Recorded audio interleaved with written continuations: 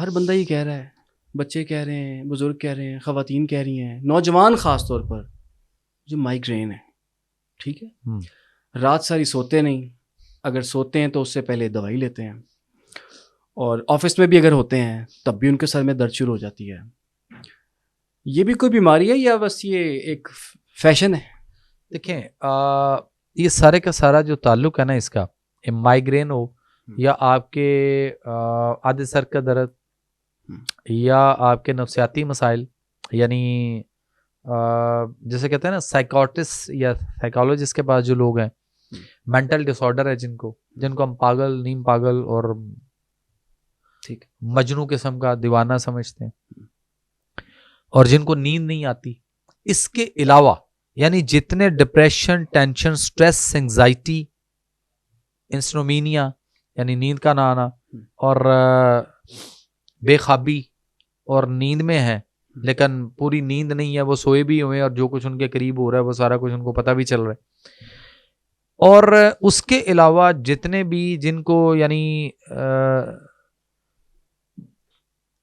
एक और लोग हैं इसके अंदर जो बाथरूम में बैठते हुए कुंडी नहीं लगाते, डरते हैं। अच्छा, उसके अलावा वो हजूम में जाने से भी डरता है, अकेले भी डरता है और हजूम में भी डरता है। यानी डिप्रेशन, टेंशन, स्ट्रेस, गुस्सा, चिड़चिड़ापन, रोना धोना, परेशान होना, अजीब तरह की सोचें, वहम, तोमात, ख्यालात, डर, खौफ, घबराहट, घुटन, दिल की धड़कन कम ज्यादा, और सांस का इशू बनना, ये सारी की सारी जो है ये मैदे का एक प्रॉब्लम है जो इस वक्त दुनिया में बड़ी स्पीडली फैल चुका हुआ है।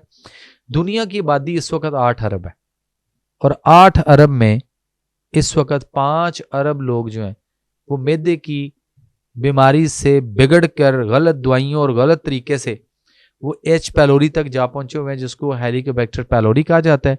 और हेलिकोबैक्टर पैलोरी के आगे 3 किस्में हैं, एच पैलोरी, IgA, IgG और IgM, 3 तरह के इसके ये आगे टेस्ट भी होते हैं, और बाई एलाइजा मेथड ये टेस्ट होना चाहिए।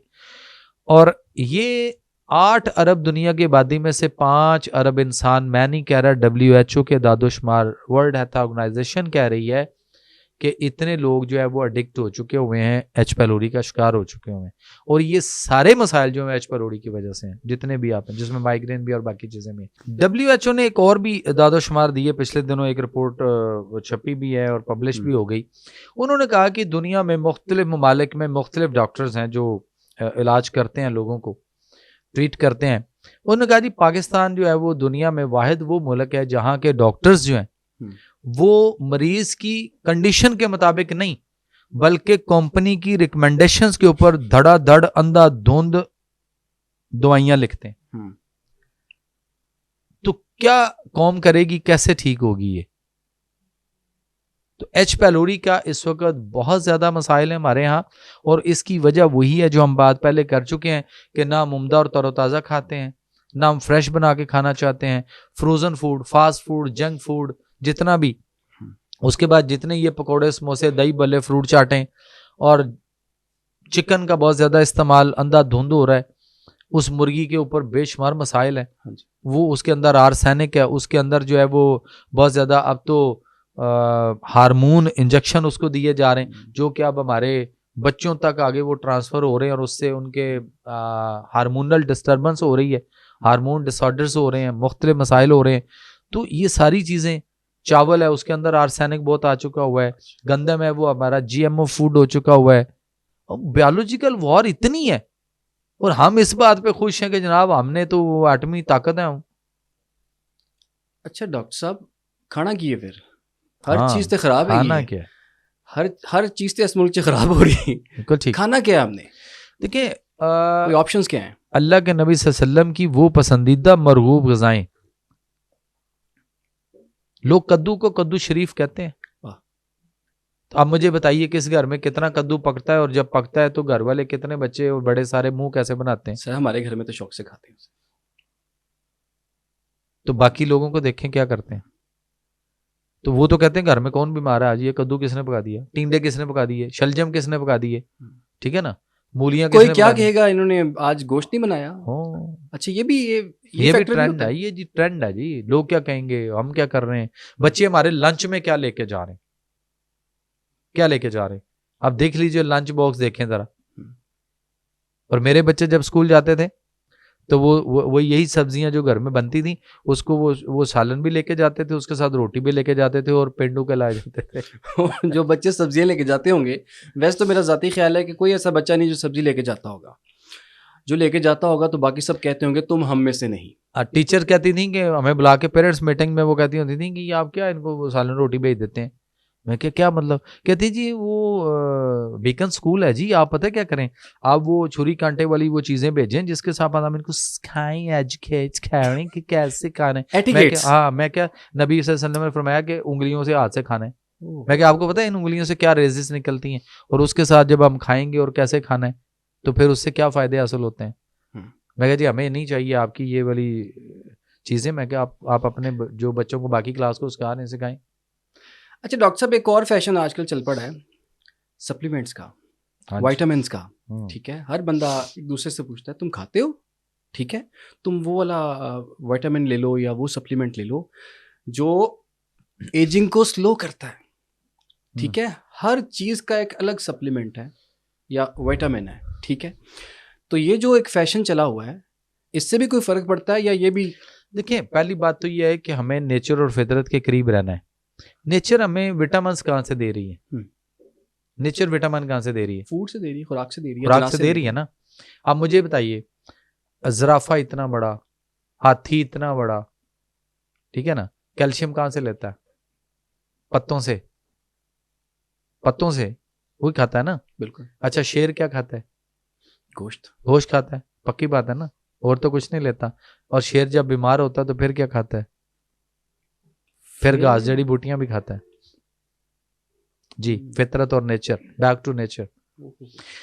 अब बात यह है कि हमारे यहाँ तो कैल्शियम के नाम पे एक बहुत बड़ी फ्रॉडबाजी है। कैल्शियम पता किसका बन रहा है? चूना, जो कली हम कभी दीवारों पे करते थे। चूना जी, ये जो भी हुई है ये कैल्शियम है जी, जो दीवारों पे चूना कली होती थी। अब तो वो डिस्टेम्पर आ गए, पेंट आ गए ना, तो किसी दौर में चूना कली वो ड्रम में भिगो के तो वो जो करते थे, वो चूना कली जो है वही सारे का पीस के उसकी कैल्शियम बन रही है, और वही सैशे पैकेट में आ रहा है फ्लेवर डाल के, और वही गोलियों में आ रहा है, और पैसे देके खा रहे हैं, पैसे देके चूना लगाया जा रहा है।